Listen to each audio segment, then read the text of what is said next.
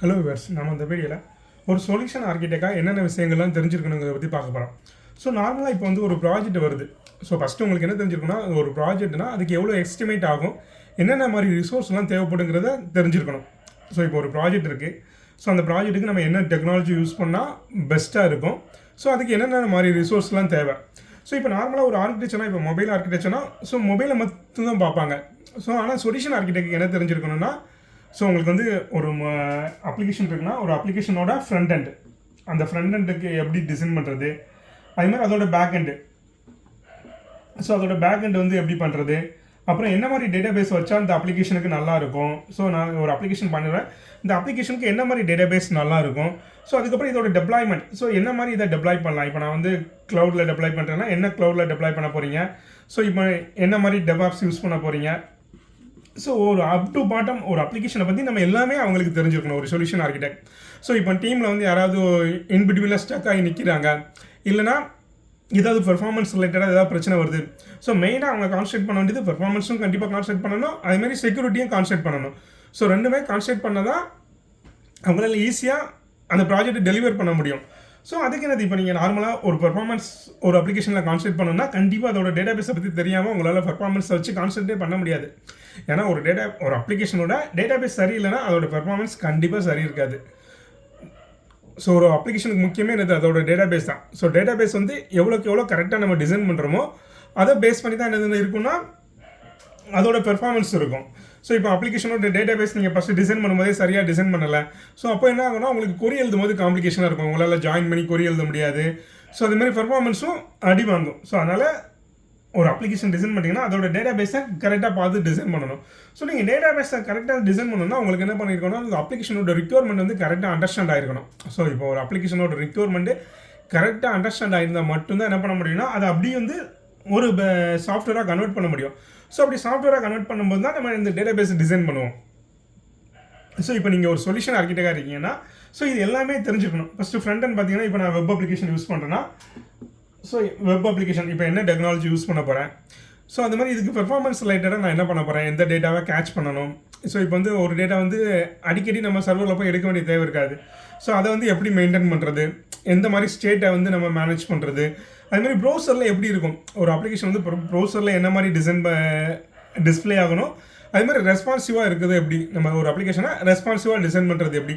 So இது எல்லாமே எனது ஒரு ஆர்கிடெக்ட்டுக்கு தெரிஞ்சிருக்கணும். ஸோ இப்போ தான் அப்படி அது எல்லாமே தெரிஞ்சதுனால தான் அவங்க என்ன பண்ண முடியும், அடுத்த ரிசோர்ஸ் வந்து ஹைட் பண்ணி அவங்களுக்கு ஹெல்ப் பண்ண முடியும்.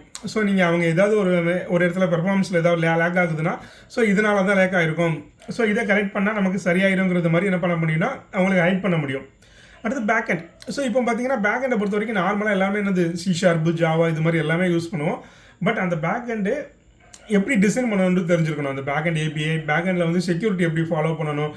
ஸோ இப்போ பேக்கெண்ட் வந்து செக்யூர்டாக இருந்தால் தான் என்னது, இப்போ நீங்கள் ஒரு சர்வீஸ் கிரியேட் பண்ணிட்டீங்க, அந்த சர்வீஸை யாருனாலும் ஆக்சஸ் பண்ண முடியும்னு இருந்துச்சுன்னு வச்சுங்க, அதுக்கு செக்யூரிட்டியே இருக்காது. ஸோ யாருனாலும் இந்த அவங்க பாட்டில் வருவாங்க, வந்து டேட்டாவை ரீட் பண்ணிட்டு போயிடலாம். ஸோ அதனால் இந்த பேக்கெண்டு டிசைன் பண்ணுறதை பற்றி கண்டிப்பாக தெரிஞ்சிருக்கணும். ஸோ என்ன மாதிரி பேக்கெண்டு பெர்ஃபார்மன்ஸ் எப்படி பண்ணால் பேக்கெண்டு பெர்ஃபார்மன்ஸ் நல்லா இருக்கும். ஸோ அதே மாதிரி என்னென்ன மாதிரிலாம் பண்ணலாங்கிறத பேக்கெண்ட் ஒரு நாலேஜ் இருக்கணும். அதே மாதிரி டேட்டா பேஸ், அதுக்கப்புறம் டெப்ளாய்மெண்ட். ஸோ இப்போ வந்து ஒரு அப்ளிகேஷனுக்கு வந்து மல்டிபிள் விதமான டெப்ளாய்மெண்ட் இருக்குது. இப்போ நீங்கள் உங்களோட ஃபஸ்ட்டே உங்களுக்கு நீங்கள் கண்டுபிடிச்சி வச்சுக்கணும், ஒரு யூஸர் மொத்தம் எவ்வளோ யூஸர் உங்கள் அப்ளிகேஷனை யூஸ் பண்ண போகிறாங்க, என்ன மாதிரி டயத்தில் யூஸ் பண்ணுவாங்க. ஸோ அப்போ தான் உங்களால் என்னது டெப்ளாய்மெண்ட்டுக்கு வந்து நம்ம என்ன மாதிரி பண்ணலாங்கிறது டிசைட் பண்ண முடியும். ஸோ நான் இந்த ஒரு சிங்கிளாக ஒரு சர்வரில் போய் டெப்ளாய் பண்ண போகிறேன்னா, இல்லைனா மல்டிபிள் சர்வரை வச்சுட்டு லோட் பேலன்சர் யூஸ் பண்ண போகிறேன்னா, இல்லைனா container based, so container based deployment பண்ண போகிறேன்னா, ஸோ இது எல்லாமே நமக்கு என்னதுன்னா தெரிஞ்சிருக்கணும். ஸோ அப்போ தான் என்னது நீங்கள் என்ன எக்ஸ்பெக்ட் பண்ணுற வந்து பெர்ஃபார்மன்ஸை அவங்களால அச்சீவ் பண்ண முடியும். இல்லை இதில் ஏதாவது மிஸ் ஆகுனா கூட சொல்யூஷன் ஆர்கிடெக்ட் கொஞ்சம் கஷ்டம். ஏன்னா ஒரு சொல்யூஷன் ஆர்கிடெக்ட் இப்போ வந்து அவர் வந்து ஃப்ரண்ட் எண்டில் ஸ்ட்ராங்காக இருக்கிறாரு, பேக் எண்டு அல்லது டேட்டா பேஸ் எதுலையாவது ஒன்றில் லேக் ஆச்சுன்னா கூட நமக்கு அடி வாங்கிடும். ஸோ ஃப்ரண்ட் எண்ட்லேயும் ஸ்ட்ராங்காக இருக்கணும், அதே மாதிரி பேக் எண்டையும் டிசைன் பண்ண தெரிஞ்சிருக்கணும். பேக் எண்ட் API நான் என்ன மாதிரி API டிசைன் பண்ணுறாங்க, ஸோ அதை பற்றி ஓரளவு தான் நல்லாவே நாலேஜ் இருக்கணும். ஸோ இப்போ ஒரு டிசைன் பேட்டர்ன், இப்போ நான் ஆர்கிடெக்சர் ஃபஸ்ட்டு டிசைன் பண்ணேன், நான் என்ன மாதிரி ஆர்கிடெக்சர் யூஸ் பண்ண போகிறேன், இப்போ மைக்ரோசர்வீசஸ் ஆர்கிடெக்சர் யூஸ் பண்ண போகிறேன்னா, இல்லை மோனோலித்திக் ஆர்கிடெக்சர்னா அதுலேயே நிறைய விதமான ஆர்கிடெக்சர் இதெல்லாம் இருக்குது. ஸோ நான் எதை யூஸ் பண்ண போகிறேன், எதை யூஸ் பண்ண விட அது எதற்காக யூஸ் பண்ண போகிறேங்கிறது மெயின். அதுக்கப்புறம் டிசைன் பேட்டர்ன், இந்த சாலிட் பிரின்சிபல்லாம் இருக்குல்ல, இதெல்லாம் எந்தெந்த பிளேஸில் யூஸ் பண்ணணும்னு தெரியணும். ஸோ நிறைய டிசைன் பேட்டர் இருக்கும். சில நேரம் டிசைன் பேட்டர் யூஸ் பண்ணுறது அட்வான்டேஜாகவும் இருக்கணும், இல்லைனா வேறு ஏதாவது பிரச்சனையாக கூட ஆகிடலாம். கரெக்டான டிசைன் பேட்டர்னை யூஸ் பண்ணால் மட்டும்தான் நமக்கு ஹெல்ப்பாக இருக்கும். ஸோ அதனால் என்ன டிசைன் பேட்டர்ன் வேணும், அந்த டிசைன் பேட்டர்னை எந்த பிளேஸில் யூஸ் பண்ண போகிறீங்க. ஸோ நான் இப்போ வந்து பேக்கெண்ட் கிரியேட் பண்ணுறேன், இதுக்கு என்ன மாதிரி டிசைன் பேட்டர்னை யூஸ் பண்ண போகிறேன். இப்போ மைக்ரோ சர்வீஸ் ஆர்கிடெக்சர் யூஸ் பண்ண போகிறேன். எதனால் மைக்ரோ சர்வீஸ் ஆர்கிடெக்சர் யூஸ் பண்ண போகிறேன். இப்போ நிறைய கேட்டகரி ஆஃப் சர்வீசஸ் இருக்குன்னா நீங்கள் மைக்ரோ சர்வீசஸ் போகலாம். சிலதுக்கு மொத்தமே 4 அல்லது 5 சர்வீசஸ் தான் இருக்கும். ஸோ அதுக்கு போட்டு நம்ம மைக்ரோ சர்வீசஸ் ஆர்கிடெக்சர் போகணுன்னு தேவையில்லை. சிலது என்ன பண்ணுவாங்கன்னா, மைக்ரோ சர்வீஸ் ஆர்கிடெக்சர்னா ஒரு சர்வீஸ் வந்து ஒரு டெக்னாலஜியில் டெவலப் பண்ணுற மாதிரி இருக்கும், இன்னொரு சர்வீஸ் இன்னொரு டெக்னாலஜியில் டெவலப் பண்ணுற மாதிரி இருக்கும். ஸோ அப்போவுமே என்ன பண்ணியிருப்பாங்கன்னா, மைக்ரோ சர்வீஸாக போட்டிருப்பாங்க. இதை ஒரு ஃபுல்லாக கொஞ்சம் சர்வீஸை ஒரு டெக்னாலஜியில் போட்டிருப்பாங்க, இன்னொரு சர்வீஸ் கொஞ்சம் வேறு டெக்னாலஜியில் இருக்கும். ஸோ அது மாதிரி யூஸ் பண்ணியிருப்பாங்க. ஸோ அந்த மாதிரி வேறு என்னெல்லாம் பண்ணலான்னா, டேட்டாபேஸை பொறுத்த வரைக்கும் நீங்கள் SQL யூஸ் பண்ண போகிறீங்களா, NoSQL யூஸ் பண்ண போகிறீங்களா, ஸோ எதனால் அது யூஸ் பண்ண போகிறீங்க, ஸோ அது மாதிரி தெரிஞ்சு வச்சுருக்கணும். ஸோ இப்போ என்ன பண்ணியிருப்பாங்க, அது போக நிறைய க்ளவுட் சர்வீசஸ் நம்மளால் யூஸ் பண்ண முடியும். ஸோ இப்போ எல்லோரும் என்ன பண்ணிட்டாங்கன்னா, நார்மல் சர்வீஸில் க்ளவுட்லேயே நமக்கு ஃப்ரீ ஃபீல்டாக நிறைய சர்வீசஸ் இருக்குது. ஸோ அந்த சர்வீசஸ்லாம் எந்தெந்த பிளேஸில் யூஸ் பண்ணணும். இப்போ நீங்கள் மைக்ரோ சர்வீஸ் ஆர்கிடெக்சர் யூஸ் பண்ணுறீங்கன்னா API கேட்வே கண்டிப்பாக யூஸ் பண்ணி தான் ஆகணும். ஸோ அந்த API கேட்வே எதுக்காக யூஸ் பண்ணுறோம், API கேட்வே வச்சு என்னென்னலாம் பண்ண முடியும்னு தெரிஞ்சிருக்கணும்.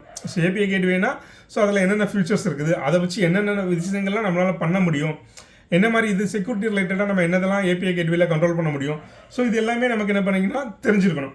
ஸோ இதேமாதிரி ஃப்ரண்ட் எண்டில் வந்து இப்போ நீங்கள் மொபைலுக்கு சொல்யூஷன் ஆர்கிடெக்டாக இருக்கீங்கன்னா, மொபைல் சைடில் ஒரு அப்ளிகேஷனுக்கு மொபைலோட ஃப்ரண்ட் எண்டு தெரிஞ்சுக்கணும், பேக் எண்டு டேட்டாபேஸ் எல்லாமே ஒன்று தான். வெப்புக்கும் மொபைலுக்கும் என்ன டிஃப்ரெண்ட் ஆக போகுதுன்னா, ஃப்ரண்ட் எண்ட் மட்டும் தான் டிஃபர் ஆக போகுது.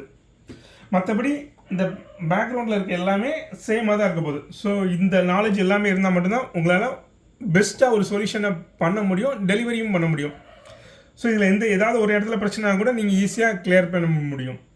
ஸோ இது ரிலேட்டடாக உங்களுக்கு ஏதாவது இன்னும் மோர் டீட்டெயிலாக வேணால் நம்ம கமெண்ட் செக்ஷன் கமெண்ட் பண்ணுங்கள், நான் உங்களுக்கு ஹெல்ப் பண்ணுறேன். Thank you viewers.